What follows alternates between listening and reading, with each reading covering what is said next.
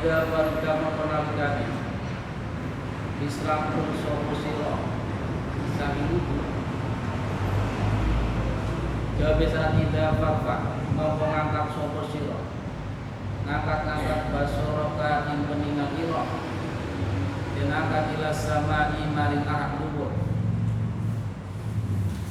waqul lan ucap sopo siro usap asyhadu an la ilaha illallah la syarikalah wa asyhadu anna muhammadan abduhu wa rasuluh subhanaka Allahumma bihamdika asyhadu an la ilaha illa anta amiltu su'an wa dhalamtu nafsi astaghfiruka wa atubu ilaik.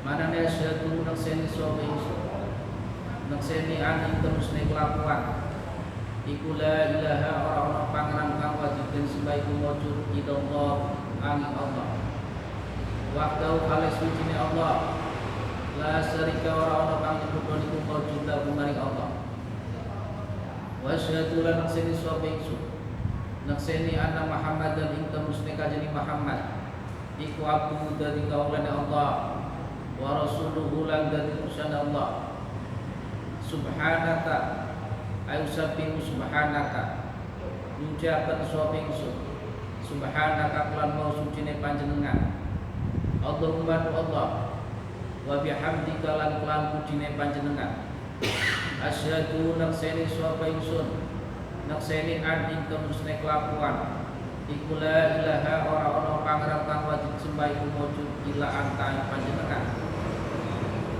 amil tu amal sapa ingsun amal su'an ing perkara kang ala wa dhalam tu lan nganiaya sapa ingsun aniaya nafsi ing awak ingsun astaghfiru nyuwun ngapura sapa ingsun ka ing panjenengan waktu pulang tobat sapa ingsun tobat ilaika maring panjenengan mulane fakfir mongko kula aturi ngapura panjenengan liman ingsun waktu pulang kula aturi nrimo tobat panjenengan alaya ing atase ingsun innaka temusne panjenengan anta yo panjenengan iku at-tawwabu zat kang akeh trima tobaté ar-rahim tur zat kang welas Allahumma sallallahu ij'al kula turin dadaken panjenengan ni ingsun den dadaken minat tawabina setengah saking pira-pira wong kang tobat kabeh waj'al lan kula turin dadaken panjenengan ni ingsun den dadaken minal mutatahhirina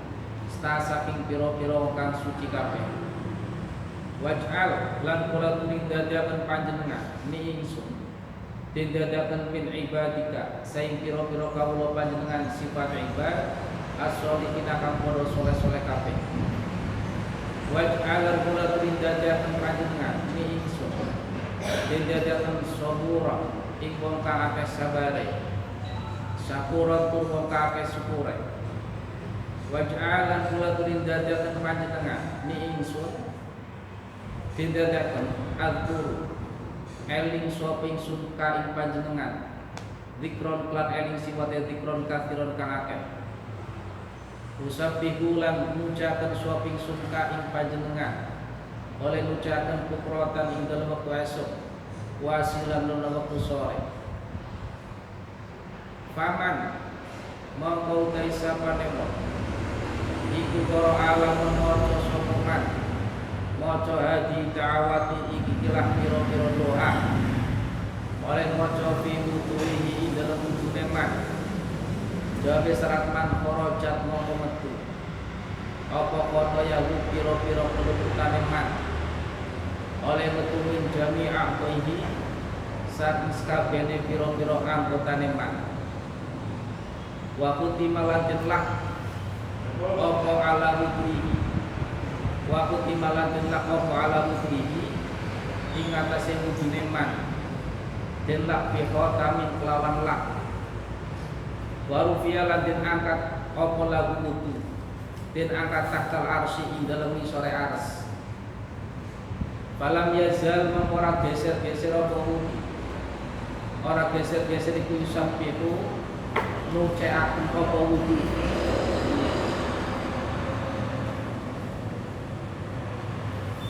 falam yazal ora geser-geser apa wudu ora geser-geser iku sampai nucaaken apa maca tasbih apa wudu Allah ya Allah ngucapan Allah ya Allah taala kalian maha luhur sapa Allah wa yaqaddisu lan ngucapan apa wudu ing Allah wa yuktabu lan ditulis lahu manfaat kagweman apa thawabu zalika ganjaran yang mengkono-kono tasbih lan takdis ditulis ila yaumil kiamat tumeka maring dina kiamat wajtani lan ngedono sapa sira fi wuduika ing dalem wudu ira ngedoi sabkan ing perkara pitu dirupane pitu latan swiji aja ngipat-ipat sapa sira ya deka ing tangan loro ira bakal usah mosbabe nyepret opal makubani wala talqi lan ojo wala tulatin lan ojo atau wala taltin lan ojo gepokaken sapa sira wajhaka ing wajah ira wala raksaka lan ora ing sirah ira bil ma'i kelawan banyu oleh ora gepokaken latman kelawan gepokaken wala tatakala lan ojo guneman sapa sira oleh ora kena guneman fi asnail wudu dalam tengah-tengah wudu wala tazid lan ojo nambahi sapa sira fil ghusli dalam basuh ojo nambahi ala salasi maratin ing atase telu pira-pira amalan wala tukfir lan ojo ngakeh sapa sira ojo ngakeh sapa mai soraken banyu min gori hajatin saing tanpa hajat bi mujaratil waswasati kelawan hubung was-was walil muas disina lan iku kaduwe pira-pira wong kang was-was setan utawi setan sifate setan yen haku kang guyu apa setan guyu bihim kelan waswisin yuqalu tin arani lau kaduwe setan apa al-wilhan aran setan wilhan wala tawakal lan ojo wudu sapa sira aja wudu bil ma'i kelan banyu sifate ma'al musammasy kang den panasaken wala minal awan lan aja wudu sae pira-pira banyu sifate awan asufriyati kang bangsa kuningan bagi sab'at mongko utawi kelak iku makruhatun den makruhaken den makruhaken fil wudu dalam wudu wa fil khabar lan iku tetep ing dalam siji khabar anna man dzakarallaha inda mudrihi taharallahu jasadahu kullahu anna man temen stune wong zakara kang nyebut sapa man Allah ing Allah inda wuduhi dalam nalikane wudune man jawab syarat man zakar jawab syarat man tohar mongko nuciaken sapa Allah nuciaken jasad ing jasad man kullahu yaskabin jasad wa man ukaisapane wong iku lam yadkur lamun ora dikir sapa man Allah ing Allah jawab syarat man lam mutahhir mongko ora nuciaken sapa Allah min husai jasad illa ma'ani anggota asoba kang nani ku ima apa sing nani al ma'ubani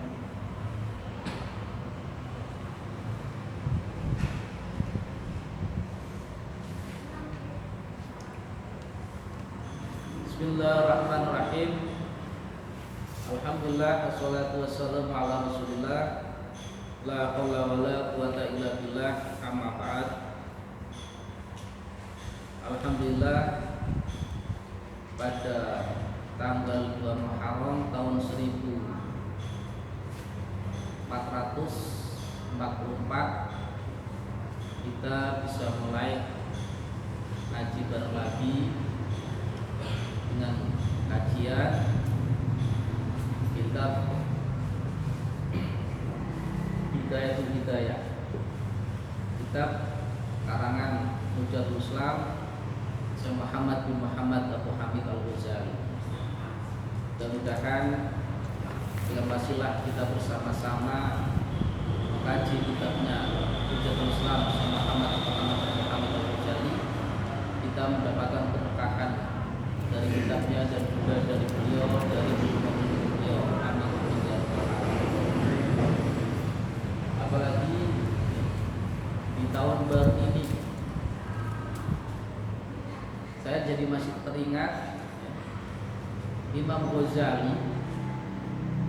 Saya baca di salah satu kitab, ketika tahun baru beliau umroh, terus dia tawaf, kemudian beliau di dalam hati punya keinginan terentek, ingin bertemu dengan Nabi Khidir.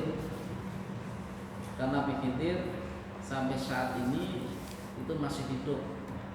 Dalam keterangannya ketika perebutan makhluk hayat dengan Raja Dzulqarnain, dan Nabi Khidir yang mendapatkan. Ketika merentet, ketika tawaf terentet, kepengen ketemu dengan Nabi Khidir, akhirnya beliau mendapatkan ilham dari Allah. Kemudian yang dimana ilhamnya intinya biar dia berdoa. Di antaranya doanya adalah biar dikumpulkan dengan Nabi Khidir. Doa belum selesai langsung datang Nabi Khidir. Maka akhirnya tawaf bareng. Apa yang dilakukan oleh Nabi Khidir dilakukan oleh Imam Ghazali. Apa yang diucapkan oleh Nabi Khidir juga diucapkan oleh Imam Ghazali. Setelah selesai, Imam Ghazali duduk melihat Ka'bah. Sebagaimana punya orang kalau setelah tawaf, setelah sholat 2 rakaat di sebelah maqam Ibrahim, kemudian minum air Zam-Zam, kemudian duduk memandang Baitullah Ka'bah sambil berdoa, terus tafakur keagungan Allah.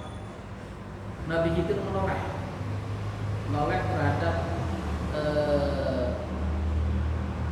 terhadap Imam Ghazali, kemudian tanya, apa yang kamu lakukan sehingga kamu bisa bareng-bareng dengan aku? Kemudian Imam Ghazali mengatakan bahwa di tahun baru ini saya itu merentet doa sama Allah biar pada awal tahun baru ini bisa ibadah, bisa tadarruf terhadap Allah bersamaan dengan Nabi Khidir. Artinya ingin memulai tahun baru itu ibadah tadarruf terhadap Allah bersama orang yang soleh, apalagi dengan Nabi. Maka hal itu dibenarkan oleh Nabi Khidir, bukan hanya dibenarkan, kemudian Imam Ghazali diajari sebuah doa biar dibaca yang intinya ya, doa di tahun, diantaranya adalah doa di tahun baru. Maka mudah-mudahan kita masih di awal tahun baru ini kita mengadakan kajian kitab, diawali dengan kajian kitab ini, mudah-mudahan menjadikan kehidupan kita berubah dari kehidupan yang tidak baik menjadi baik, yang sudah baik menjadi lebih baik. Amin amin ya rabbal alamin. Bulan Muharram itu adalah awal bulan Hijriyah.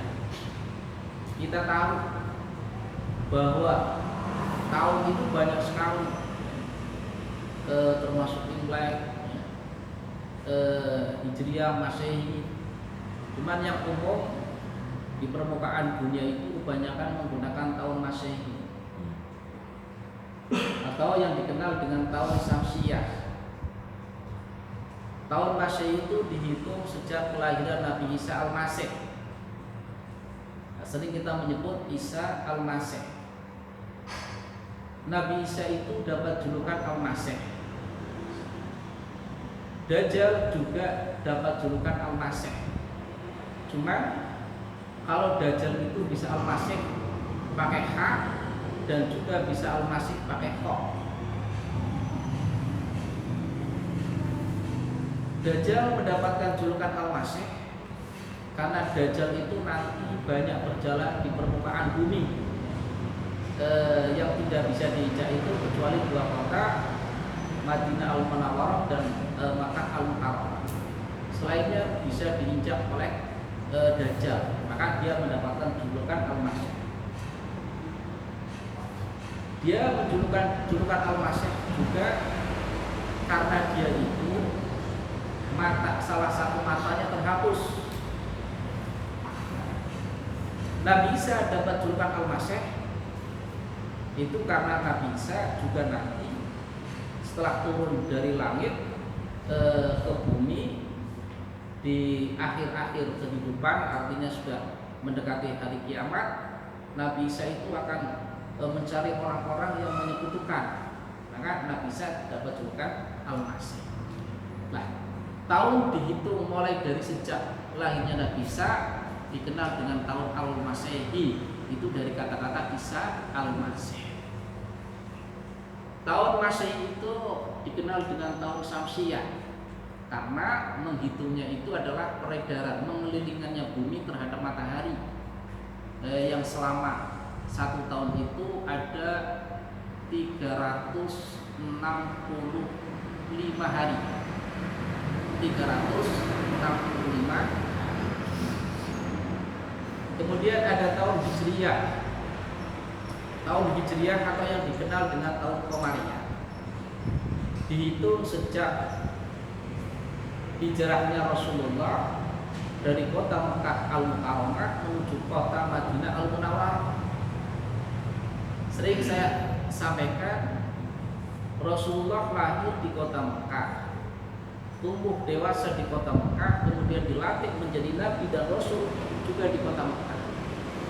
Setelah Rasulullah usia 40 tahun, Rasulullah dilantik menjadi nabi dan rasul, kemudian mendakwahkan risalah ilahiyah di Makkah sampai 12 tahun.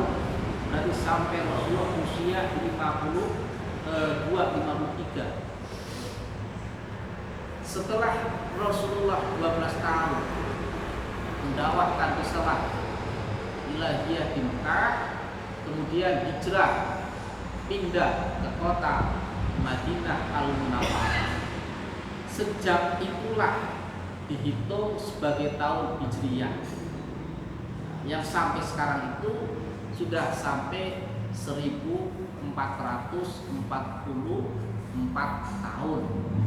Kalau Nabi Isa lahir sampai sekarang sudah 2022 tahun. Tahun Hijriyah atau dikenal dengan tahun Qamariyah karena penghitungannya itu mengelilingnya bumi terhadap bulan, yang 1 tahunnya itu selisih dengan Masehi sampai 11 hari, di sekitar 300 kurang dari 60, 355.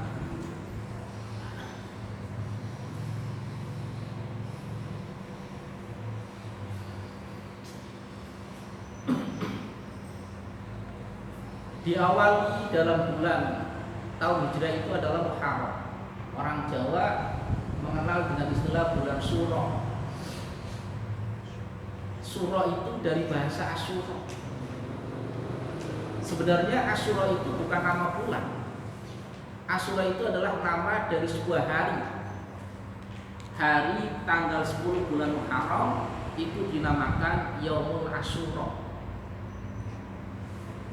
Ulama ada yang mengatakan kenapa pas tanggal 10 bulan Muharram dinamakan hari Asyura. Ada yang mengatakan karena di hari itu, di tanggal 10 bulan Muharram, Allah memuliakan 10 nabi dengan 10 kemuliaan. Allah memuliakan 10 nabi dengan 10 kemuliaan, sehingga hari atau tanggal 10 bulan Muharram itu dinamakan Yaumul Asyura. Berarti kalau orang mengatakan bulan Asyura atau bulan Asyura itu maksudnya bulan di mana di dalam bulan itu ada hari yang namanya hari Asyura. Jadi bulan Asyura maksudnya bulan di mana di dalam bulan itu ada hari namanya hari Asyura. Dalam sebuah riwayat, sahabat-sahabat matur terhadap Rasulullah, ya Rasulullah, laqad fadallahu yaumal Asyura ala sayyidil ayam. Wahai Rasulullah, Allah mengutamakan hari Asyura dibanding hari-hari yang lain. Rasulullah mengatakan, "Na'am. Khalaqallahu ta'ala as-samawati wal ardh yaumal Asyura. Wa khalaqal jibal yaumal Asyura. Wa khalaqal bihar yaumal Asyura. Wa khalaqallahu wal qalam yaumal Asyura. Wa khalaqal Adam yaumal Asyura. Wa khalaqal Hawa yaumal Asyura. Wa khalaqal jannah wa khalaqal jannah yaumal Asyura. Walida Ibrahim yaumal Asyura." Rasulullah jawab benar bahwa Allah itu mengutamakan hari Asyura dibanding hari-hari yang lain. Allah menciptakan langit, bumi, menciptakan gunung, menciptakan segara, menciptakan loh, kolam, semuanya pada hari Asyura. Bahkan Nabi Adam diciptakan juga hari Asyura. Menciptakan surga, menciptakan Nabi Ibrahim, menyelamatkan dari api Raja Namrud Yaumal Asyura.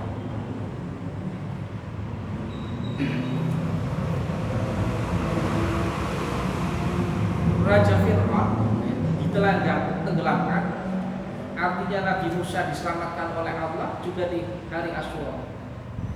Nabi Ayub dihilangkan penyakitnya Yaumal Asyura. Allah menerima taubat Nabi Adam Yaumal Asyura. Ratu Malaki Sulaiman Yaumal Asyura. Nabi Sulaiman dikembalikan kerajaannya juga terjadi pada Yaumul Asyura. Jadi memang Yaumul Asyura, bahkan Yaumul Kiamah Yaumul Asyura. Nanti terjadinya hari kiamat juga pada hari Asyura. Pas kebetulan nanti ketika tanggal 10 bulan Muharram hari Jumat. Jadi nanti terjadi nih hari kiamat itu pada tanggal 10 bulan Muharram, harinya hari Jumat. Nabi Sulaiman kerajaannya dikembalikan itu juga terjadi pada hari Asyura. Jadi satu saat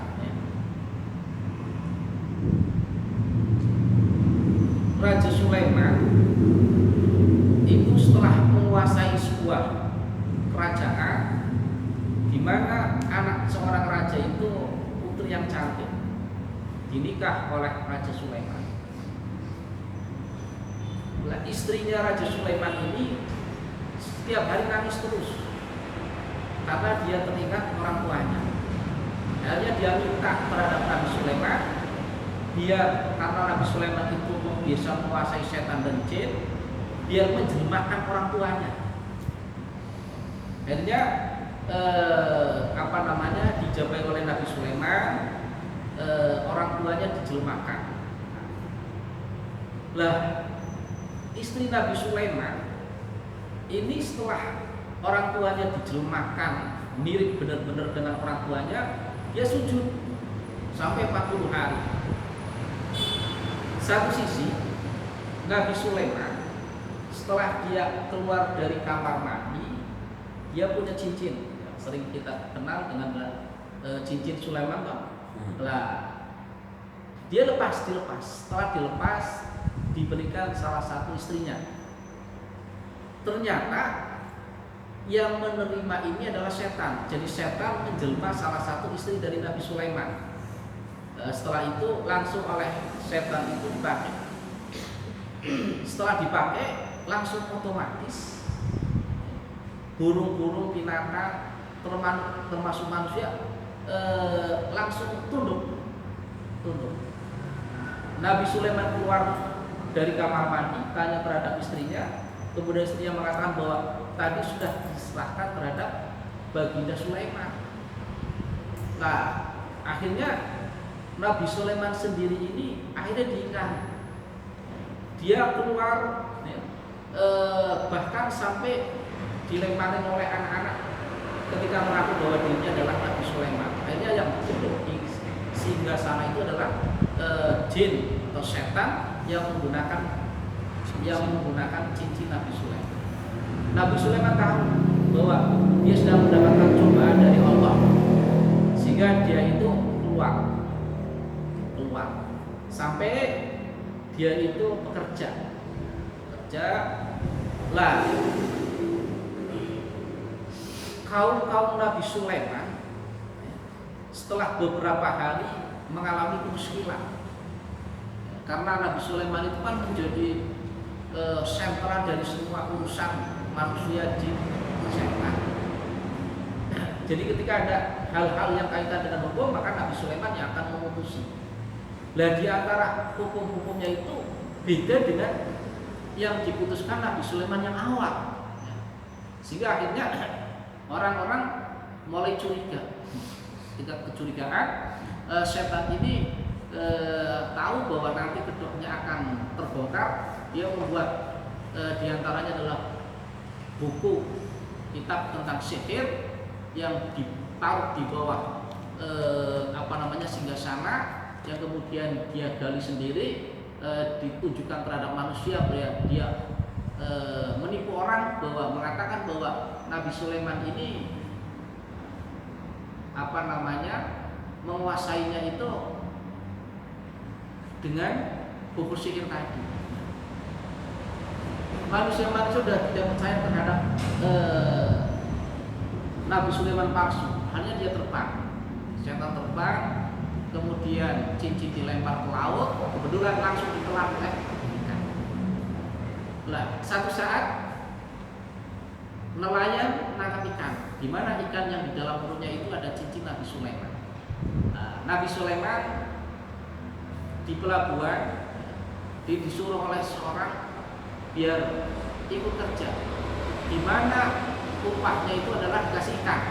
Kebetulan setelah Nabi Sulaiman menghantarkan ikan yang jadi pesanan, kemudian dikasih ongkos, dikasih ikan. Ikan itu ternyata ikan yang makan cincin Sulaiman. Setelah setelah dibelah ternyata ada cincinnya, kemudian dipakai. Kalau dipakai langsung semua binatang-binatang juga tunduk terhadap Nabi Sulaiman. Nabi Sulaiman pulang, setelah pulang dikasih tahu bahwa di dalam istana itu ada orang yang menyembah selain Allah. Ternyata adalah istri Nabi Sulaiman yang menyembah terhadap orang tuanya, yang dijelmakan sebagai orang tuanya. Kemudian dihukum semua. Nah, dikembalikannya kerajaan Nabi Sulaiman terhadap Nabi Sulaiman juga pada Yaumul Asyura. Jadi Yaumul Asyura itu benar-benar hari yang keramat, yang luar biasa. Terus orang Jawa banyak yang nyupang pada hari Asyura, sampai ada sedekah laut, sampai ada yang ke Gunung Kawi, ada yang ke Serandil. Sebenarnya memang benar bahwa Yaumul Asyura itu termasuk hari yang bisa dijadikan untuk pesugihan. Kita sudah diajari oleh Rasulullah, memang momen yang paling tepat untuk mencari pesugihan di Yaumul Asyura. Sebagaimana hadis Rasulullah, man wasya'a ala iyalihi Yaumul Asyura wasya'allahu fi sa'iri sa'nati. Orang yang di hari Asyura membuat ombel, jembar, rezeki terhadap keluarganya, maka orang itu akan dijembarkan ekonominya zaman setahun. Jadi nanti kalau pas hari 10 bulan Asyura itu biasa dia kan makan enak, mayoran. Jadi anaknya yang biasa dikasih uang paling 1.000 2.000 kasih 50.000. Istrinya yang biasa dikasih uang paling 20.000 kasih 200.000. Jangan sampai di hari itu ada anak nangis karena nggak punya uang. Jangan sampai di rumah mau minum manis nggak ada gula. Pokoknya di hari itu niat itibak datang Rasulullah mayoran niat apa membuat ombel ya, membuat enak terhadap keluarga karena Rasulullah menjamin ekonominya dalam zaman 1 tahun itu akan diperluas. Intinya banyak sekali lah di hari Yaumul Asyura itu hal-hal yang dituntun oleh Rasulullah, diantaranya kita disunahkan memakai celak, ya, kita disunahkan mandi, kita disunahkan mengusap kepala anak yatim. Walaupun tidak ngasih, kita disunahkan mengusap kepala anak yatim. Setiap satu rambut yang menyentuh tangan kita akan mengangkat 1 derajat. 1 rambut yang menyentuh tangan kita akan menghilangkan satu kesalahan. Jadi intinya nanti kita akan menghadapi Yaumul Asyura, maka kita berusaha akan melakukan apa-apa yang sesuai dengan ajaran syariat. Mudah-mudahan dengan wasilah di awal tahun baru ini kita melakukan bersama-sama kajian kitab, ya, benar-benar ibtidaul khair, nanti intidaul khair. Ketika permulaannya baik, insyaallah kita berharap akhir juga baik. Amin amin ya rabbal alamin. Mungkin itu yang bisa saya sampaikan. Mudah-mudahan ada hikmah dan manfaatnya. Selanjutnya nanti kajian kita bisa belajar oleh beliau Al-Mukarram ke Kiai Bakti. Dan saya Hifdz Shiratal Mustaqim. Wassalamualaikum warahmatullahi wabarakatuh.